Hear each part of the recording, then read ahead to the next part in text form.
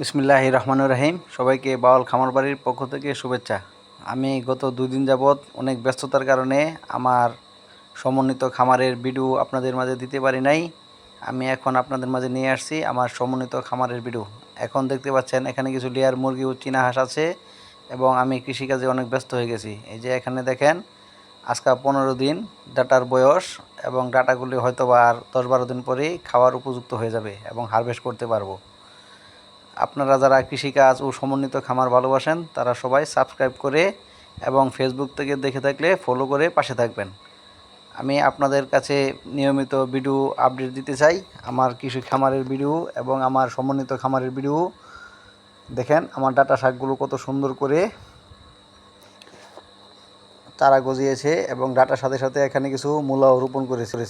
এর আগে কিছু মূলা শাক রোপণ করেছিলাম, খেয়েছি। এখন মূলা শাকগুলি, ক্ষেতের মূলা শাকগুলি, নিজের বাড়ির মূলা শাকগুলো অনেক ভালো লাগে খেতে, অনেক গ্রান এবং অনেক টেস্ট, এবং তাই এই মূলা শাকগুলো নতুন করে আবার রোপণ করেছি।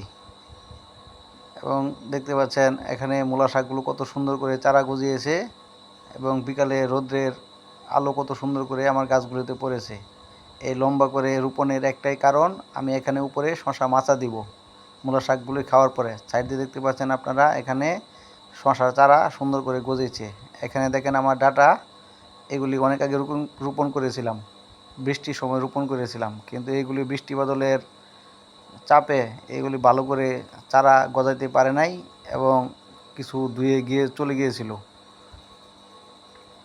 এবং ডাটা কার কাছে পছন্দ সবাই কমেন্টে বলে যাবেন। এই দেখেন শশা গাছে আজকে আমি ছালি দিয়েছি, ছাই দিয়েছি, এবং ছাই না দিলে মুরগিকে পাতা ঠুকরিয়ে খেয়ে ফেলে।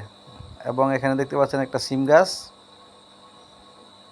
এবং ওই দেখেন আবার নতুন করে দেখাচ্ছি আপনাদের এই ভিডিওটি। আমার এই সমস্ত জমিটাই কৃষি প্রজেক্টের জন্য রেখেছি। এই যে এখানে দেখতে পাচ্ছেন এখানে আমরা মরিচ রোপণ করেছি, মরিচের চারা এখনও গজায় নাই। এবং আমার দেশি মুরগি এখন দেখতে পারবেন, এটা আমার খামারের ভিতরে না, এটা আমি বাড়িতে পালন করি।